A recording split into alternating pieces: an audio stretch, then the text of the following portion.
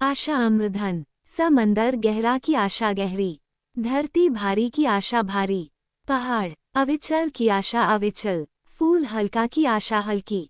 हवा सत्वर की आशा सत्वर। सूर्य प्रखर की आशा प्रखर।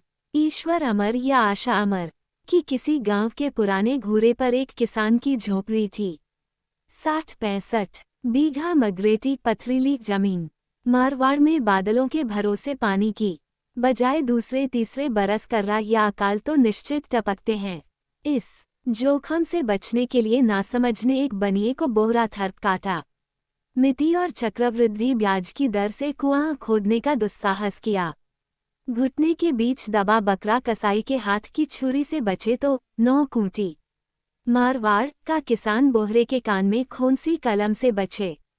कुएं में सहजे का पानी, बोहरे का कर्ज, पांवों के नीचे मगरेटी जमीन, ऊपर आकाश में अविश्वासी बादल, घर में प्रतिवर्ष ब्याने वाली जोरू और 8 प्रहर नोचने को ठाकुर इन 6 दुश्मनों के चंगुल में स्वयं भगवान भी फंस जाए तो मुंह में तृण लेकर उसे 100 बार शिकस्त खानी पड़े। फिर मारवाड़ के जन्म दुखियारे किसान की तो बिसात ही क्या। पीढ़ियों की अखूट विपदाओं के बीच उस हतभागे किसान के सिर पर एक आफत और ढह पड़ी। प्रतिवर्ष प्रसव से उत्पीड़ित घरवाली तो 2 रोते बिसुरते बैरियों को पीछे छोड़कर उस नारकीय जिंदगी से हमेशा के लिए छुटकारा पा गई। पर रक्त संबंधों की पुश्तैनी आत्मीयता का दावा करते हुए परिजनों ने किसान की भलाई के निमित्त उसका नाता करवा दिया। सौतेली माँ का शुभागमन मौत की अपेक्षा अधिक भयानक होता है। अबोध बच्चे माँ और दुमात की ममता का भेद क्या जाने। पर बड़ी अचरज की बात कि वे बाप के बदलते स्वभाव और उसकी नज़र को अजाने ही भांप गए। 2 बरस की बहन दुमात की मार खाते खाते आखिर 1 बरस के बीर को बहलाना रमाना सीख गई।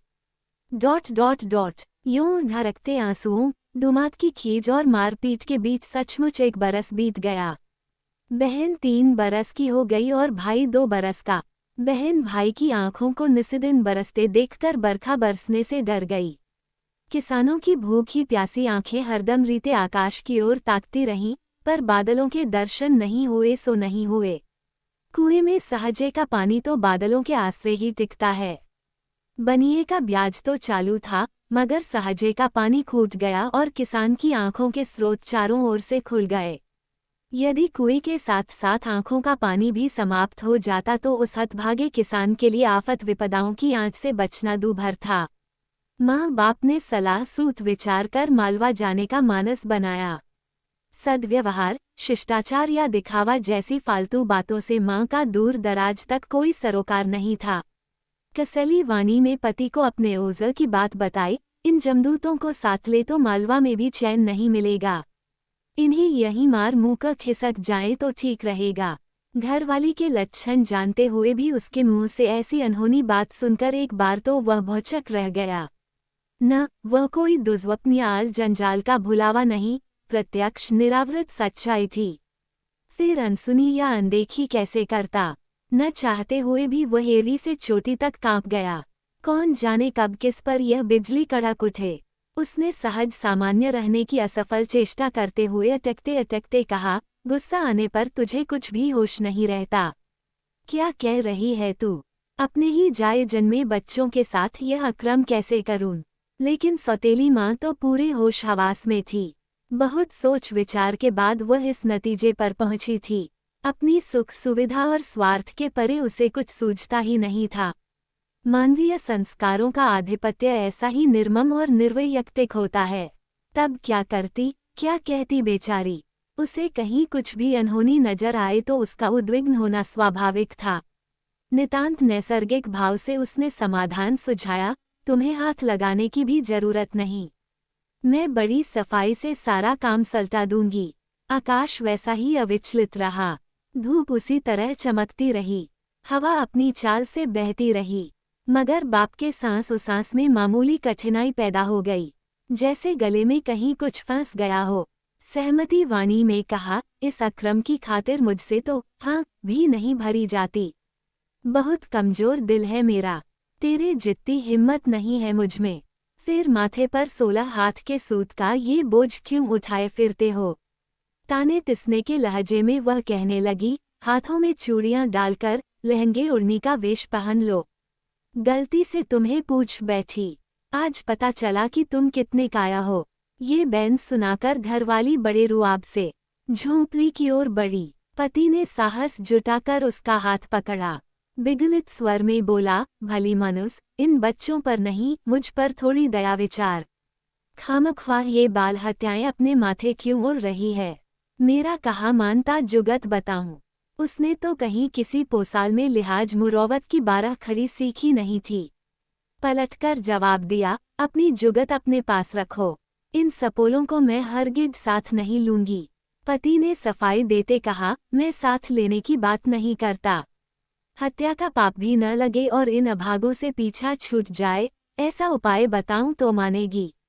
उसका रुख मामूली नर्म हुआ, इधर उधर झांकते बोली, पहले कुछ कहो तो पता चले, मानने जैसी बात होगी तो जरूर मानूंगी। बताओ, तुम्हारा कहा मैंने कभी टाला? तेरी होड़ तो फकत तू ही करती है, मेरे घर की लक्ष्मी जो है। घरवाली को फुसलाने के भाव से उसने कहा, हम सबका भला तू नहीं सोचेगी तो और कौन सोचेगा? बस 8-10 सोगरों और हाड़िया भर राब से सारा काम सलट जाएगा। हम आज ही मालवा के लिए रवाना हो सकते हैं, कोई दिक्कत नहीं। बाहर खूंटा लगाकर बच्चों को भीतर छोड़ देंगे। छीके में राब की हाड़ी और सोगरे धरकर इन्हें अदीठ किस्मत के हवाले कर दें। फकत विदा होते समय तू जरा लाड़ से पुचकार कर कहना कि दिहाड़ी लेकर सांझ को वापस आ रहे हैं। अबूझ बच्चे कुछ दिन तक हमारी बात देखते रहेंगे, फिर भूखे प्यासे अपने आप ही सूखकर पिंजर हो जाएंगे। बहलाने से वे रोएंगे रिनकेंगे नहीं। बता, मुझे कैसा उपाय सूझा? सवेरे की ताजी धूप उसी तरह मुस्कुराती रही, हवा इठलाती रही, गुलाबी आकाश वैसा ही निश्चल रहा। घरवाली ने खुश होकर फतवा दिया, आज पहली बार तुम्हारे मुंह से समझदारी की बात सुन रही हूँ। पति ने मुस्कुराने की असफल चेष्टा करते कहा, तेरी संगत के बाद ही मुझमें ये समझ आई है। सियार की प्रशंसा से जब शेर भी खुश हो जाता है, फिर वह तो औरत की जात थी। बुझी बुझी चाल से झोंपड़ी में जाकर सगी माँ के उन्मान सौतेले बच्चों का लाड़ दुलार किया। लुगड़ी के पल्लू से उनकी आंखें पोंछी, अपने मेहंदी लगे हाथ से उनका मुंह धोया, आंखों में काजल सारकर उन्हें पुचकारा, गुड़ के समान मीठी वाणी में उन्हें बहलाया, ये सोचकर कि अब तो इन दुष्टों से पीछा छूट जाएगा। यदि इतने में ही पति खुश हो तो क्या बुरा है? अपने सगे बेटों से ही जिसने नाता तोड़ लिया, तब उससे झगड़ने में क्या देर लगेगी? लुगाई का ऐसा ताबेदार धुलमुल पति बड़ी मुश्किल से मिलता है। राब से भरा एक कुल्हड़ और 5-7 सोगरे उसने ऊपरी मन से छीके में रख दिए। पिता का मन धीरज नहीं रख सका तो उसने फिर मिन्नत की, 8-10 सोगरे और धर दे। कुल्हड़ की बजाय राब से हांडी भर दे। कैसी भोली बातें कर रहे हो? पति का मखौल उड़ाते मुस्कुरा कर बोली, इस खाने से तो पूरे बरस की गरज सरेगी नहीं। ये सपोले 5 दिन में ठिकाने लगे तो वही बात और 10 दिन में ठिकाने लगे तो वही बात। आखिर एक दिन तो ये मर खूटेंगे ही। फिर इतना सामान क्यों बर्बाद करने पर तुले हो? कुछ तो मगज लड़ाओ। पति ने अपनी भूल मंजूर की। सोचा, ये करकसा कहीं बिफर गई तो जुदाई की वेला बच्चों को पीटे बिना नहीं मानेगी। पति ने अंतस में दुबका हुआ बाप फिलहाल उन्हें हंसता मुस्कुराता देखना चाहता था। पीछे अदीठ में चिल्लाकर मर भी जाएं तो कौन देखने आएगा? इनकी मौत किसी भी तरह टलने वाली नहीं है। यदि इस समय लाड़ दुलार से पुचकारते हुए प्रस्थान करे तो अकुलाते मन को तनिक राहत मिलेगी। होशियार घरवाली ने पति के मन की बात ताड़ ली। उसका मन रखने की नीयत से दोनों बच्चों का माथ सहलाया, गालों पर चुम्मे दिए। चाशनी की नाई मीठे स्वर में मुस्कुराते बोली, मेरे सयाने बच्चों, तुम आपस में लड़ना नहीं, रूठना नहीं, एक दूजे से प्रेम करना। हम मजूरी करके सांझ की वेला वापस आ रहे हैं, तुम्हारे लिए 2 झुनझुने लाएंगे। खूब खेलना रमना। छीके में राब और सोगरे पड़े हैं, भूख लगे तो खा लेना। चिमची पर पानी की मटकी भरी है, प्यास लगे तो पी लेना। मेरे राज दुलारो, अब हम जाएं। बच्ची ने गर्दन हिलाकर हामी भरी। बच्चे ने तनिक मुस्कुराकर अपनी रजामंदी दर्शाई। टिमची और छीका दोनों ही इतने ऊंचे थे कि किसी का भी हाथ वहां नहीं पहुंचता, और न इन्हें ऐसी बातों की सूझबूझ ही थी। जो चीज आंखों के सामने है उसे प्राप्त करने में कैसी अड़चन। नादान शिशु तो अलग या चांद को पकड़ने के लिए भी मचलता है। पर अबोध होते हुए भी आज उन्हें माँ का बर्ताव बहुत सुहाया। झिड़कियों की बजाय ये लाड़ दुलार, ऐसी मीठी बोली, ठोलों की बजाय मीठे चुम्मे, उनकी खुशी का पार नहीं था। माँ ने बेटी की ओर देखकर कहा, तू बड़ी है, छोटे भाई का लाड़ रखना, उससे डाह मत करना। बाहर का खूंटा लगाकर अब हम जा रहे हैं, सांझ को लौटेंगे, मिलजुल कर अच्छी तरह रहना। तत्पश्चात निरीह पिता ने दोनों बच्चों को गोद में लेकर उनका दुलार किया, उन्हें बार बार चूमा। मुस्कुराने की चेष्टा की तो उसकी आंखें बरबस भर आई, गला रुंध गया। बाप के चेहरे की ऐसी रंगत देखी तो बेटी माँ की ओर मुड़कर तुतलाते बोली, माँ थोड़ा इधर देख, बापू रो रहे हैं। हमारा सोच करने की जरूरत क्या है, हम तो सांझ तक यूं ही खेलते कूदते रहेंगे। मैं अपने भैया को खूब रमाऊंगी। पिता की दाढ़ी पकड़कर अबूझ बच्चा उससे खेलने लगा तो पत्नी उतावली दरसाते रूखे स्वर में बोली, अब इस प्यार को फजूल क्यों गंवा रहे हो, चलो ज्यादा देर करना ठीक नहीं। झिड़की सुनते ही पति को चेत हुआ, बच्चों को तत्काल नीचे उतारा, फिर युवा पत्नी की ओर याचना भरी दृष्टि से देखकर कहा, भली मानुस तुझे हाथ जोड़ता हूँ, 5-7 सोगरे और रख दे, राब की हांडी पूरी भर दे। पति की अव्यावहारिक भावुकता से इस बार वह सचमुच नाराज हो गई। आंखें तरेर कर बोली, इन बेहूदी बातों में कुछ नहीं धरा, अपने पास अधिक सामग्री रहे तो वह काम आएगी, यहाँ फालतू गंवाने से क्या फायदा। ये झूठा दिखावा मुझे अच्छा नहीं लगता। इच्छा न होते हुए भी पिता के मुंह से ये बोल छिटक पड़े, तुझे ये झूठा दिखावा लग रहा है, बता तू अपने जाए जन्मों को इस तरह छोड़ सकती है। पत्नी को इस प्रश्न का जवाब देने में तनिक भी देर नहीं लगी। सामान्य भाव से कहने लगी, ये झूठा दिखावा नहीं तो और क्या है। तुम अपने जाए जन्मों को छोड़कर जा ही रहे हो, ये तो बख्त बख्त की बातें हैं। जैसी हवा चले वैसी ओट लेनी चाहिए, बूढ़े बुजुर्ग यही सीख दे गए हैं, क्या उस पर अमल करना बुरा। पुरखों की सीख के प्रति स्वामी के मन में कितना मान सम्मान था, ये तो वही जाने। पर घरवाली की बात टालना उसके वश की बात नहीं थी।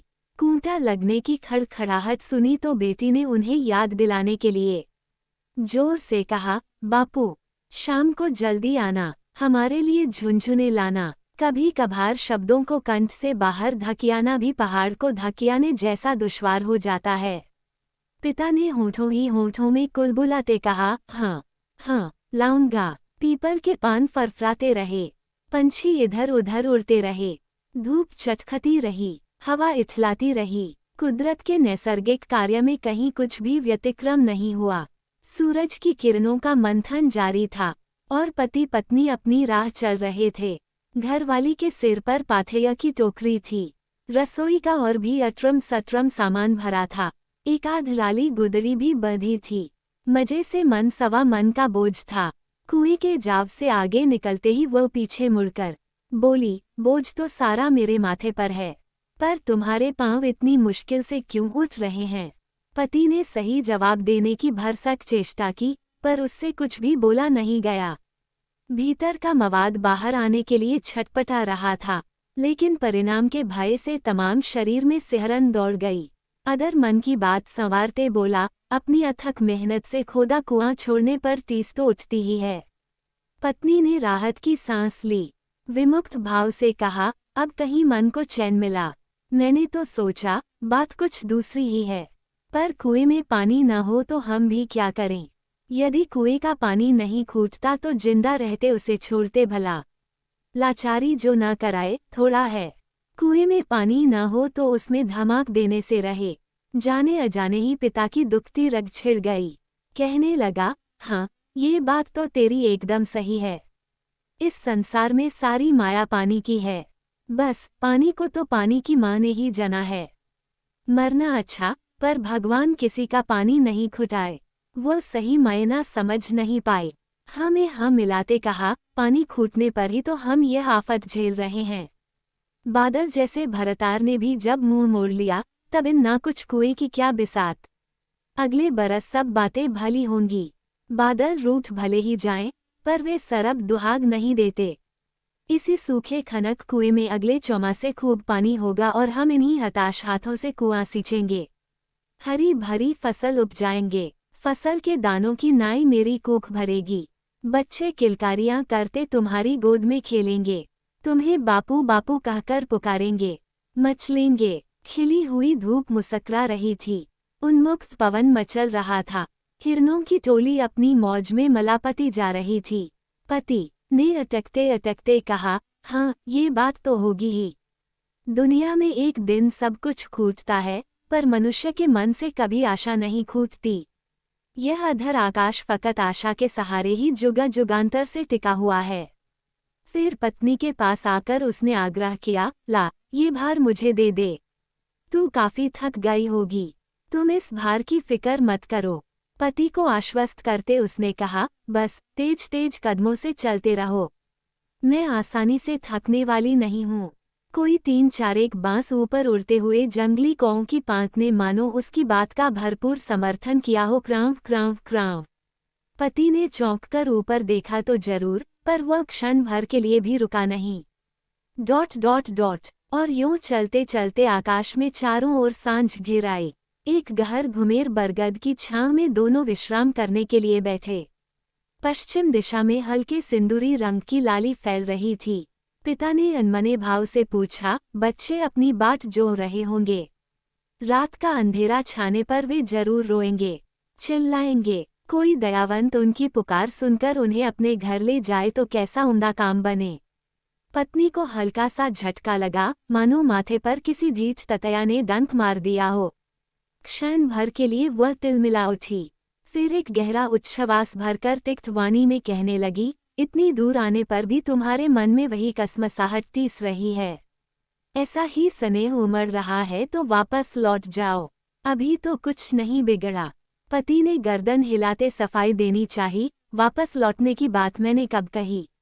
पर मन में बच्चों का बिछोह कहीं न कहीं साल रहा है। हिम्मत रखने की बहुत कोशिश करता हूँ, फिर भी याद फड़फड़ाए बिना नहीं रहती। ये तो फकत तुम्हारे मन की कमजोरी है। अंगुलियों के कटके निकालते पत्नी बोली, ऐसा कमजोर दिल तो कबूतर का भी नहीं होता। अकस्मात एक टिटहरी का जोड़ा लंबी उड़ान भरता हुआ उनके सिर पर से गुजरा।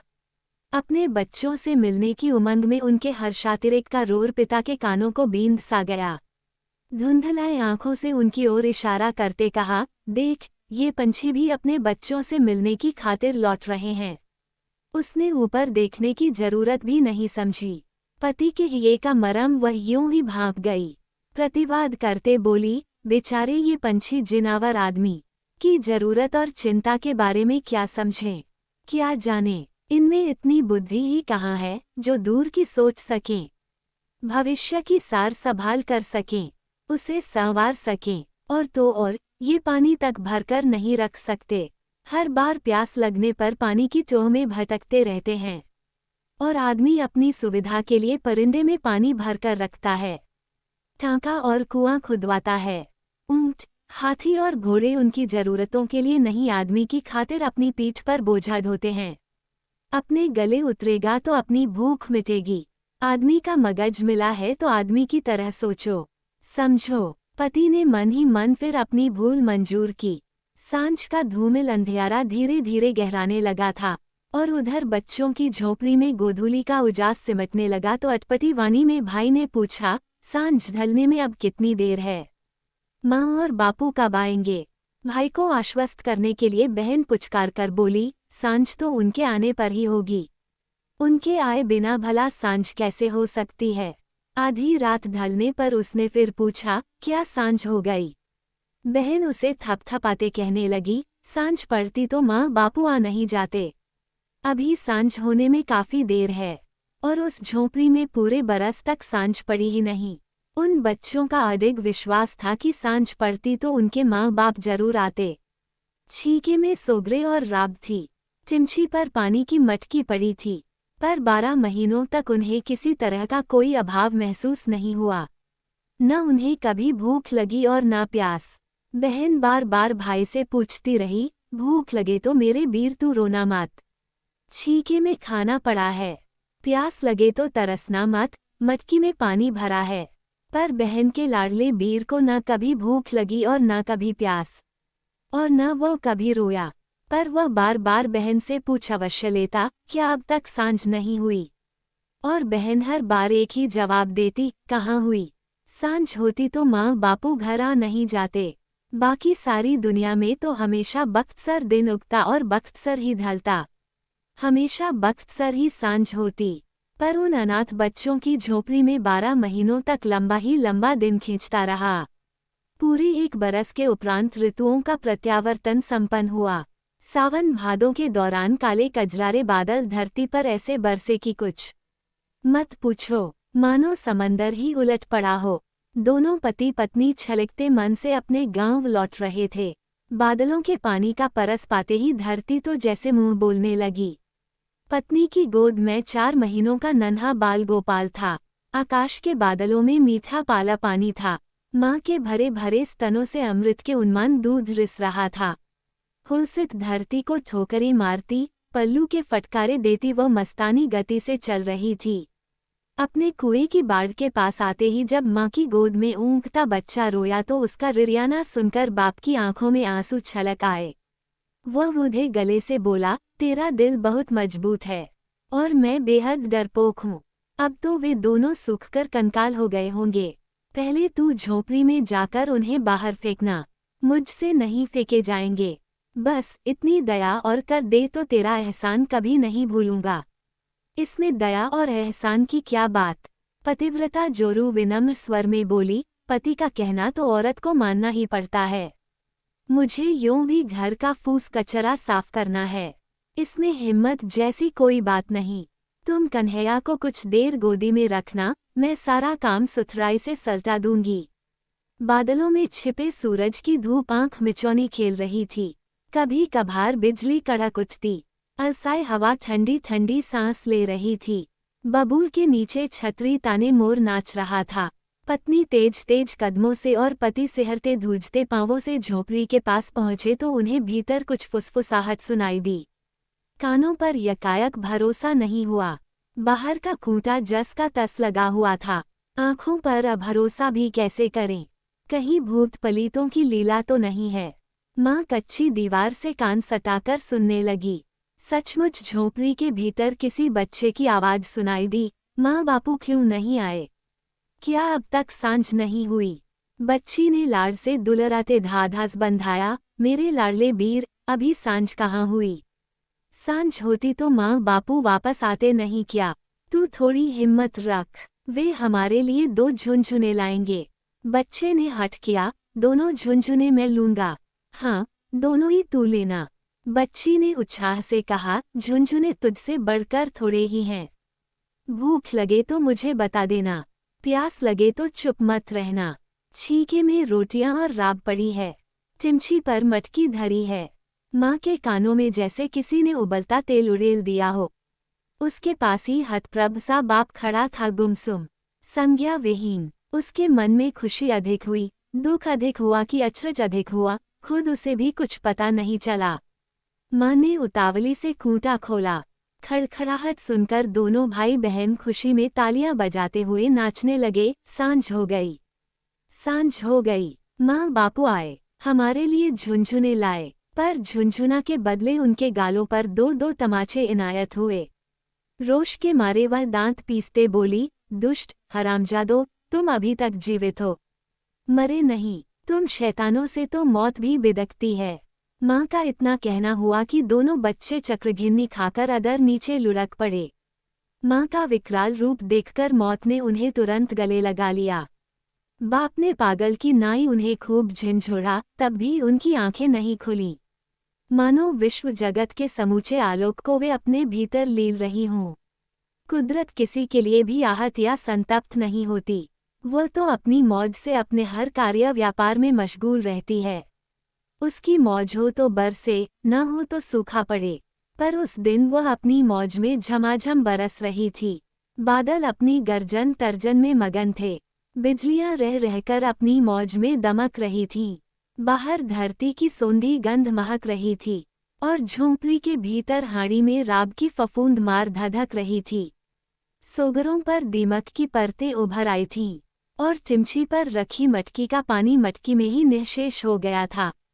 यदि पड़ी पड़ी मटकियां यूं पानी सोखती रहें तो प्यासे गलों का क्या हाल होगा? यह मामूली सा प्रश्न आज भी युग युगांतर से अनुत्तरित है, क्योंकि समंदरों के होंठ सिले हुए हैं और बादलों के कंठ अवरुद्ध हैं।